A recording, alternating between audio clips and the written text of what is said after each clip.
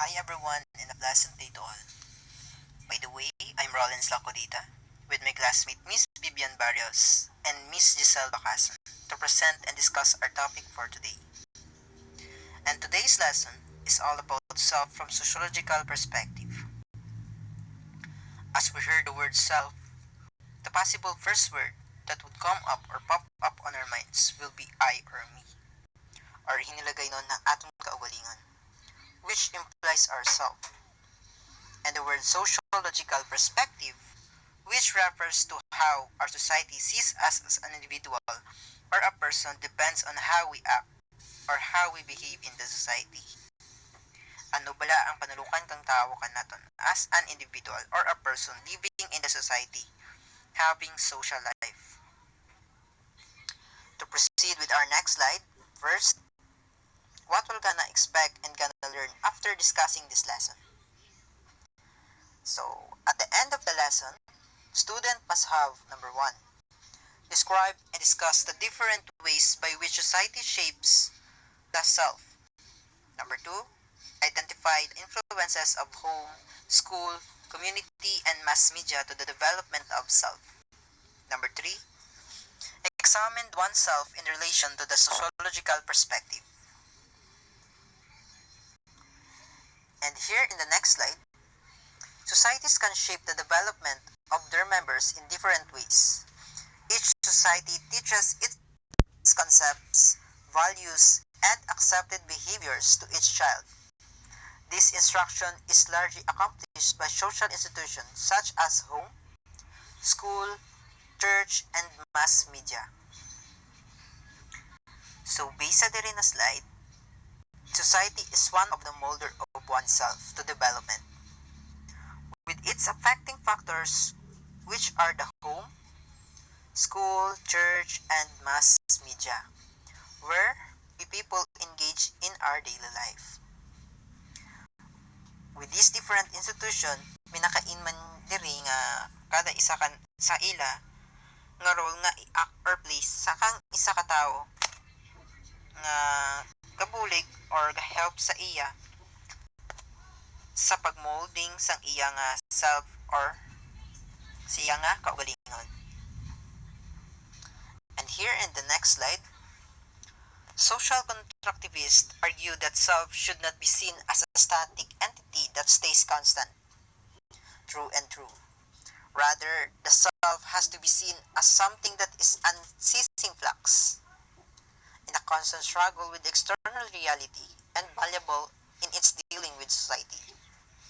The self is always in participation with social life and its identity subjected to influences here and there. Having this perspective considered should draw one into concluding that the self is truly multifaceted. Here in the fourth slide, it's trying to emphasize that self is not constant. It means that ang self should not be seen or ginatanaw nga gauntat sa iya development. Rather, we should see nga it's developing continuously. Also, self is always engaging in its society. That's why it was influenced by the society and influences its society too. To continue our discussion, let's proceed to our next slide. Let us tell you the story of John.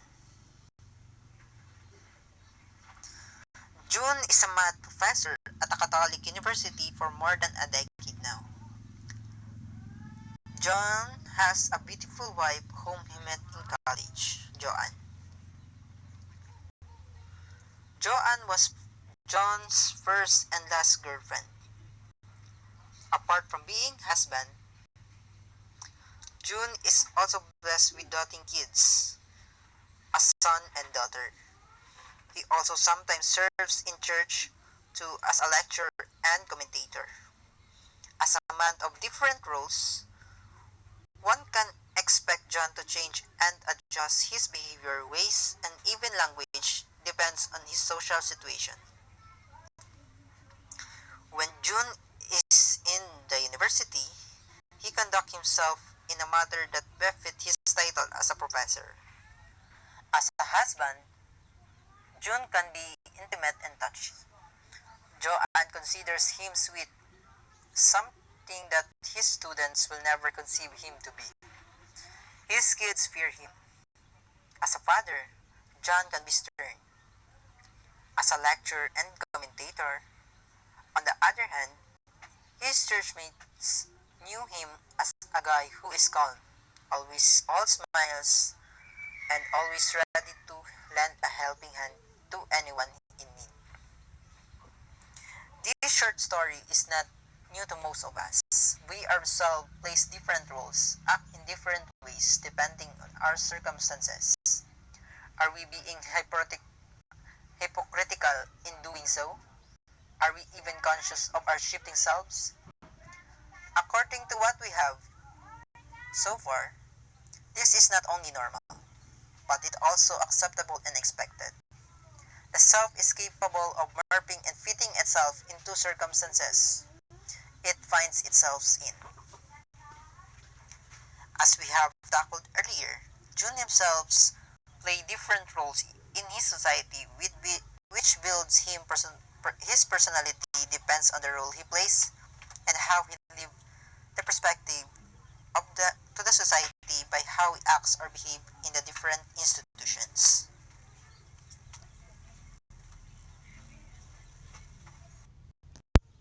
Good day, everyone. To continue the discussion, I will be discussing the myths and the social self. So first, let me introduce to you who is George Herbert Mead. George Herbert Mead is a sociologist from the late 1800s, is well known for his theory of the social self, which includes the concepts of self, me, and I. In this lesson, we will explore the myths theory and gain a better understanding of what is meant by the term me and I. We will also discuss the concept derived out the Mead's work of the looking glass self. Mead's work focuses on the way in which the self is developed. Mead's theory is the social self is based on the perspective that the self emerges from the social interactions, such as observing and interacting with others, responding to others' opinion about oneself, and internalizing external opinions and internal feelings about oneself. The social aspect of the self is important distinction because other sociologists and psychologists of Mead's time thought that the self was based on biological factor and inherited traits. But according to Mead, self is not there from birth, but it is developed over time from the social experience and activity.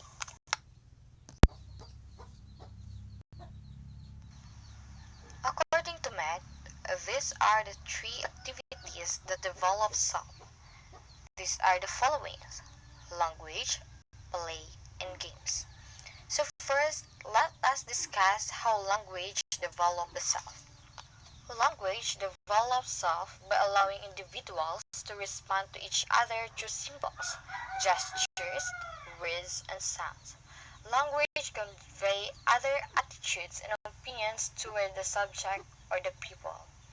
Emotions, such as anger, happiness, and confusions are conveyed through language. Second, the play. Play develops self by allowing individuals to take a different roles, pretend, and express expectations from others. Play develops oneself's self-consciousness through role-playing.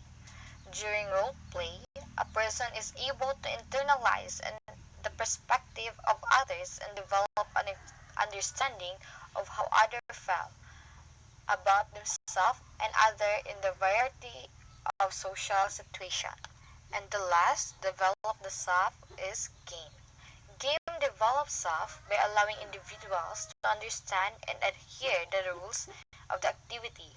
Self is developed by understanding that there are rules in which one must abide by in order to win the game or to be successful at the activity. Next, let us discuss the two sides of self, the me and I. According to Mead's theory, the self has two sides or faces. This is the me and I, where the me is considered a socialized aspect of the individual. The me represents learned behavior, attitude, expectation of others, and of society. This is sometimes referred to as a generalized other. The me is considered a phase of the self that is in the past. The me has been developed by the knowledge of society, of social interaction that the individual has gained. And the I, therefore, can be considered the present and the future phase of the self. The I represents the individual's identity based on the response to the me. And I says, okay, society say I should behave and socialize, interact one way. And I think I should act the same, or perhaps different. And that notion becomes self. The me and the I have a deductive relationship, like a system of checks and balances. The me exercises societal control over oneself. The me is what prevents someone from breaking rules and boundaries of societal expectations. And I allows individual to still express creativity, individualism, and understand them to possible bend and stretch the rules that govern social interactions. The I and the me make up the self. Next, let us discuss the socialization process. Socialization is the process through which people are taught to be proficient members of the society. Socialization is a learning process that begins shortly after birth. Early childhood is the period of the most intense and the most crucial socialization. It is then that we acquire language and learn the fundamentals of our culture. It is also when much of the personality takes shape. However, we continue to be socialized throughout our life. As we age, we enter new statuses and need to learn the appropriate rules for them. We also have experience that teach us lessons and potentially lead us to alter our expectation, beliefs, and personality. For instance, the experience of being raped is likely to cause a woman to be distrustful of others. Looking around the world, we see that different cultures use different techniques and socialize the children. There are two broad types of teaching methods: formal and informal. Formal directed primarily by adult teachers who is professional knowers. In constant, informal education can occur anywhere. It's individual imitation of what others can do and say, as well as experience and repetitive practice of basic skills. This is what happens when children role play adults' interaction in their game. Successful socialization can result in uniformity within a society. If all children receive the same socialization, it is likely that they will share the same beliefs and expectations. This fact has been a strong motivation of national government around the world to standardize education and make it compulsory to all children. Deciding what things will be taught and how they taught is the powerful political tool for controlling people. Those who internalize the norms of the society are less likely to break the law or to want radical society changes. Socialization ensures that we have a process through which the norms and customs of society are transmitted. Socialization teaches people what is expected of them in a particular group or situation. It is a form of social control. Socialization occurs throughout our life, but some of the most important socializations occurs in childhood. So let's talk about the most influential agent of socialization. These are the people or group responsible for our socialization during childhood, including family, school, peers, mass media, and religious. The first influential agent of socialization is the family. Families Families introduce children to the expectations of society. Human person learn the way of living and therefore their selfhood by being in a family. It is what a family initiates a person to become that serves as the basis of this person's progress. Family is considered the most important agent of socialization. The parent who play the role to be responsible for teaching the children the values close relationship with one another. Families develop levels of trust and independence that will help them to make a good decision. I believe the root of a good socialization it came from the family. The second influential agent of socialization is the schools. Schools also serve a latent function in society by socializing children into behaviors like teamwork, following a schedule, and using textbooks. Schools are agents of socialization that not only teach us subject knowledge and life skills but also social skills through our interaction with teachers, staff, and other students. Schools socialize children in several ways. First, students learn a formal curriculum, informal called the three R's: reading, writing, and arithmetic. This phase of their socialization is necessary for them to become productive member of their society. Second, because students interact every day at school with their peers, they ideally strengthen their social interaction skills.